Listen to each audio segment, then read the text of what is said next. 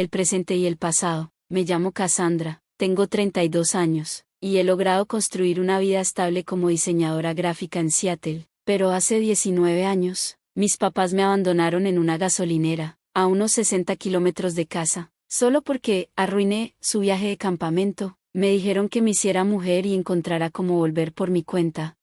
Hoy, sobre mi mesa de centro, tengo una invitación de boda de mi hermano, con una nota escrita por ellos. Mis manos tiemblan mientras la miro. Después de tantos años de silencio, no sé si siento más enojo o curiosidad por lo que puedan tener que decir.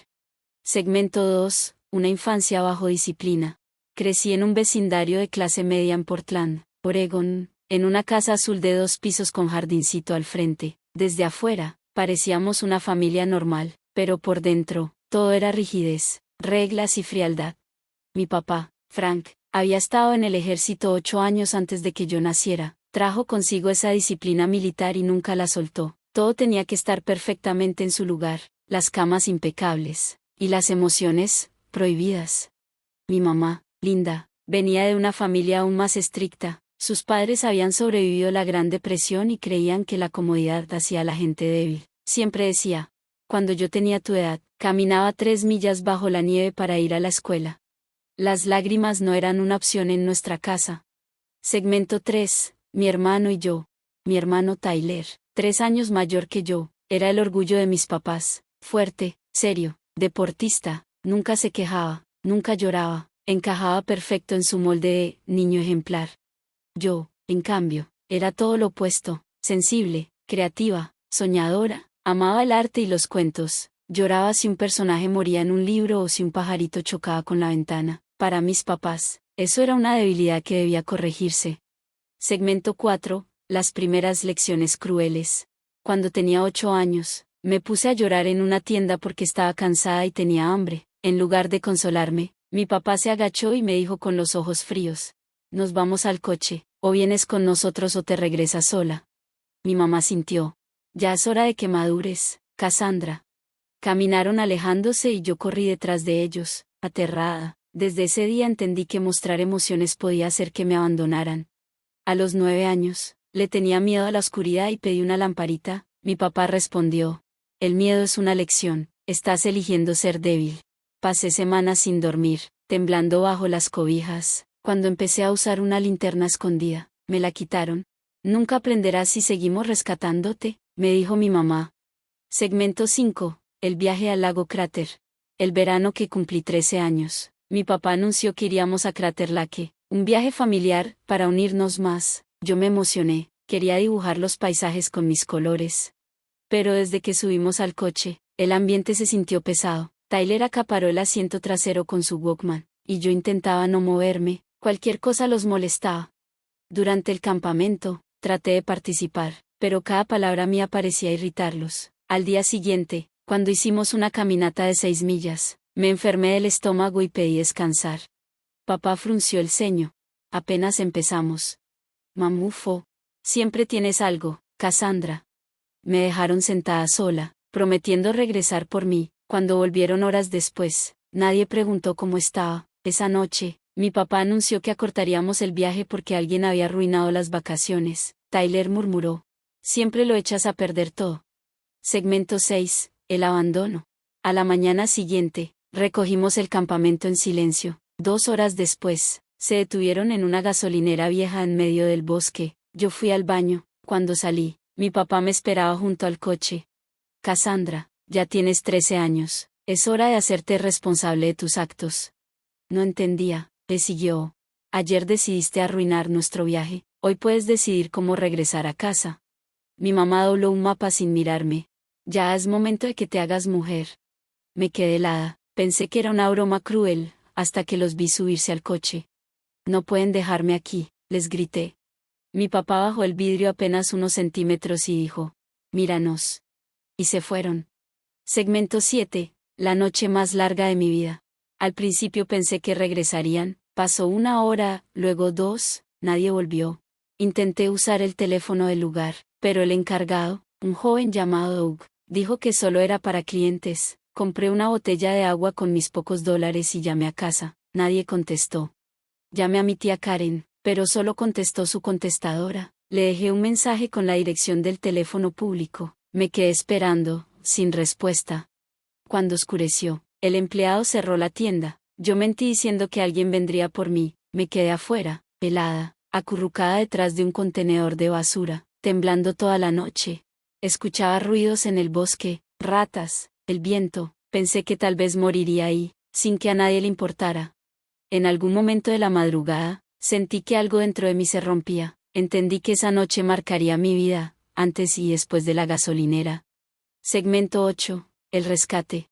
Al amanecer, un hombre grande con overol llegó y me encontró temblando afuera. Se llamaba Bill, el dueño del lugar. Me metió al interior, me dio comida y llamó a su esposa, Marta, quien me ayudó a limpiar mi cara y peinarme. Llamé otra vez a mi tía Karen. Esta vez sí contestó.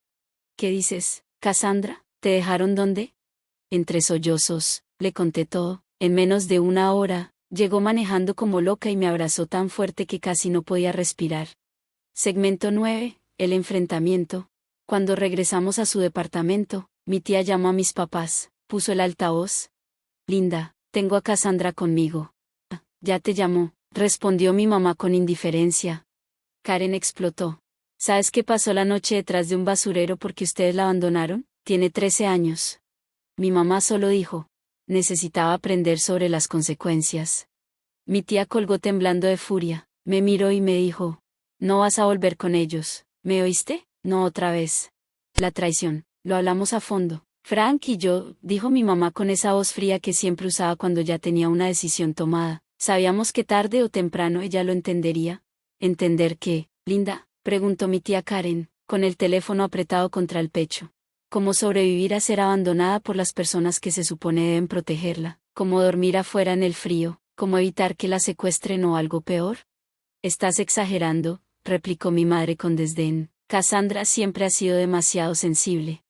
Yo escuchaba todo, sentada en silencio, y sentí como algo dentro de mí se quebró. No era una mamá que había cometido un error en un arranque de enojo, era una mujer que planeó dejarme atrás, que lo discutió, que lo pensó, y aún así lo hizo. Quiero hablar con ella, dije de pronto. Mi tía me miró con preocupación, pero me pasó el teléfono. Mamá, dije, con una voz más firme de lo que esperaba, ¿tú y papá van a venir por mí? Cassandra, contestó, de repente con un tono dulce que me heló la sangre. Esta era una lección que necesitabas aprender. Cuando estés lista para disculparte por arruinar nuestro viaje y entiendas la importancia de pensar en los demás, podremos hablar sobre tu regreso a casa. En ese instante supe que jamás volvería. Dormí detrás de un contenedor anoche, susurré, tenía frío, tenía miedo, estaba sola, ¿eso querían tú y papá? A veces las lecciones más importantes son las más difíciles, respondió sin emoción. Cuando estés lista para seguir nuestras reglas, ya sabes nuestro número. Le devolví el teléfono a mi tía, y lo que siguió fue la pelea más fuerte que he escuchado en mi vida. Palabras como abandono, abuso y autoridades se lanzaban al aire. Al final, quedó claro que yo me quedaría con la tía Karen y que ella buscaría la custodia temporal de emergencia. Segmento 2. Un nuevo hogar. Los días siguientes fueron un torbellino. Mi tía me llevó al doctor, quien documentó mi estado físico, picaduras, rasguños, y una leve hipotermia. Luego conocimos a una trabajadora social que tomó mi declaración. Mi tía incluso contrató a un abogado, usando sus ahorros para pagarle. 3 días después de que me rescataron, volvimos a la casa de mis padres con un policía para recoger mis cosas. Mis papás se comportaron fríos y distantes mientras metía mi ropa y mis libros en bolsas de basura. Mi hermano Tyler me miraba desde el pasillo, con cara de culpa. Cass, susurró cuando mis papás se alejaron. Yo no sabía que realmente te iban a dejar ahí, pensé que solo querían asustarte. Lo miré fijamente. Pero no dijiste nada, Tyler, te quedaste callado. Bajó la cabeza. Lo sé, lo siento. Fue la única disculpa que recibí de mi familia. Antes de irnos, mi papá me bloqueó el paso. Esta rebelión no te llevará a nada. Cuando estés lista para volver a ser parte de esta familia, ya sabes lo que esperamos. Espero unos padres que no abandonen a sus hijos, respondí con una valentía que ni yo sabía que tenía. Supongo que los dos estamos decepcionados. Salí de esa casa sin mirar atrás. Segmento 3. La sanación. Vivir con la tía Karen fue como entrar a otro mundo. En su pequeño departamento, los sentimientos no eran debilidades, eran parte de la vida. Cuando me despertaba gritando por las pesadillas, No me decía que me calmara, se sentaba conmigo, me hacía té y me escuchaba. El proceso legal fue duro, pero al final la verdad salió a la luz. Los dueños de la gasolinera testificaron. El reporte médico fue contundente y mi testimonio convenció al juez. Mis padres perdieron la custodia, y mi tía la obtuvo de forma temporal, con terapia familiar obligatoria si ellos querían recuperarla. Fueron solo 2 sesiones antes de que mis padres se quejaran de que el terapeuta estaba en su contra. En la escuela nueva, algunos maestros me apoyaban, otros me miraban con desconfianza. Los rumores corrían rápido. Esa es la niña que sus papás abandonaron. Mi tía me inscribió en terapia con la doctora Collins, una psicóloga infantil especializada en trauma. Ella me dijo algo que nunca olvidaré. Lo que hicieron tus padres habla de ellos, no de ti. Con el tiempo, comencé a creerle. Segmento 4. Crecer lejos del pasado. Los años pasaron. Fui a la preparatoria, luego a la universidad. Me gradué en diseño gráfico y construí una vida que mis padres jamás imaginaron para mí. Vivía en Seattle, tenía amigos, un trabajo estable y paz. A veces aún tenía pesadillas, pero ya no controlaban mi vida. No tenía contacto con mis padres, aunque intentaron escribir algunas veces, nunca respondí, hasta que un día, 19 años después, llegó una invitación a la boda de Tyler, con una nota escrita por mi madre. Decía que querían verme, que habían cometido errores, pero sin pedir perdón. Esa noche tuve un ataque de pánico. Mi amiga Jessie me ayudó a calmarme y me dijo algo muy sabio. Cerrar un ciclo no siempre significa reconciliarse, a veces solo significa decir lo que necesitas decir y seguir adelante. Segmento 5. El reencuentro. Fui a la boda, me reuní con Tyler y, finalmente, con mis padres después de casi 2 décadas. Los vi viejos, frágiles, pero el dolor seguía vivo en mí. ¿Por qué ahora?, pregunté. ¿Por qué después de 19 años? El tiempo pasa, dijo mi papá, la familia es importante. ¿Familia?, repetí con amargura, ustedes me abandonaron a los 13 años. Intentaron justificarse, que querían enseñarme independencia, que fue un error, que no pensaron que sería tan grave, pero cuando mi papá volvió a decir que yo siempre había sido muy emocional, supe que nada había cambiado.